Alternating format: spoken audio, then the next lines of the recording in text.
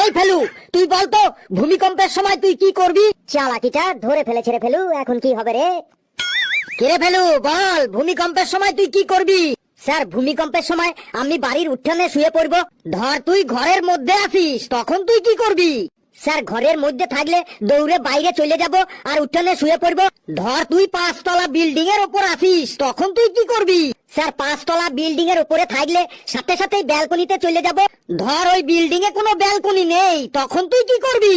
Sir, তাইলে ওই ঘরের মধ্যে যে চেয়ার টেবিল বা খাট বিছানা থাকবে তার নিচে গিয়ে লুকিয়ে পড়বো। ওহো, ধর ওই ঘরে কোনো খাট বিছানা চেয়ার টেবিল কিছুই নেই, তখন তুই কি করবি? স্যার, আপনি তো দেখছি আমাকে ভূমিকম্পে একদম মেরেই ছাড়বেন। উপরালা যতদিন আমাকে না ডাকছে ততদিন আমি উপরে যাচ্ছি না, তাতে ভূমিকম্প হোক আর আকাশকম্পই হোক। স্যার, আপনি বলুন তো, ভূমিকম্পের সময় ওই 5 তলা বিল্ডিং এ আমার মতো কন্ডিশনে যদি আপনি থাকেন, তখন আপনি কি করবেন? তোর জায়গায় আমি হলে আমি ওই 5 তলা বিল্ডিং থেকে লাফ দিয়ে হাত পা ভেঙে ঘরে পড়ে থাকতাম। কারণ তুই ক্লাসে প্রতিদিন যা উত্তর দিস সেটা শোনার থেকে আমার হাত পা ভেঙে ঘরে পড়ে থাকা অনেক ভালো। আপনি তো রোজ আমাদের প্রশ্ন ধরেন, আমি একটা প্রশ্ন বলবো স্যার। আমাকে প্রশ্ন বেশ কর, কিন্তু মনে রাখিস প্রশ্ন যেন সঠিক হয়। স্যার, বলুন তো, দুধ আর বিড়ালের মধ্যে মিল কোথায়? দুধ আর বিড়ালের মধ্যে আবার কিসের মিল? স্যার, দুটো থেকেই ছানা পাওয়া যায়। জানতাম এমনই কিছু একটা বলবি তুই। স্যার, আমি একটা প্রশ্ন বলবো। বাহ বাহ বাহ বাহ বাহ, তোরও আবার প্রশ্ন আছে, নে বল। স্যার, বলুন তো, স্কুলের সাথে চাল ডালের কি মিল? বলিস কি, স্কুলের সাথে আবার চাল ডালের কি মিল? স্যার, মিড ডে মিল।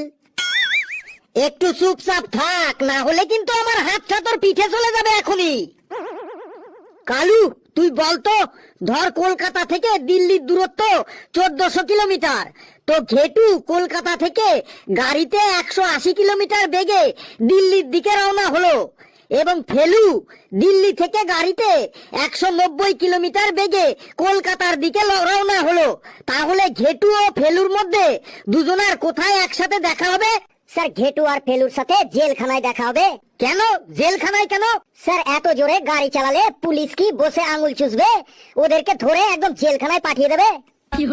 স্যার, একটু টয়লেট যাব স্যার, চাপ আছে।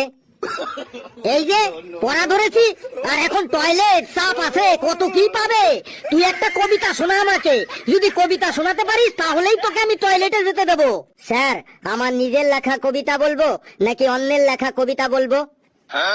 তুই আবার কবিতা লিখিস কবে থেকে? বেশ, তোর লেখাই একটা কবিতা শোনা।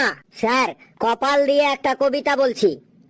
কপাল ভিজিয়া যায় চোখের জলে। কি? কপাল ভিজিয়া যায় চোখের জলে। তুই কি আমার সাথে ইয়ার কি করছিস? চোখের জলে কি কখনো কপাল ভেজে? কপাল তো থাকে চোখের ওপরে। স্যার, পরের লাইনটা তো শুনুন। কপাল ভিজিয়া যায় চোখের জলে, আমার ঠ্যাং দুটি বাঁধা ছিল গাছের ডালে। এবার আপনি বলুন স্যার, আমার চোখের জল কপালে যাবে নাকি কোথায় যাবে? কি সাংঘাতিক কবিতা রে! তুই বেঞ্চের ওপর দাঁড়া, তুই বেঞ্চের ওপর দাঁড়া তো।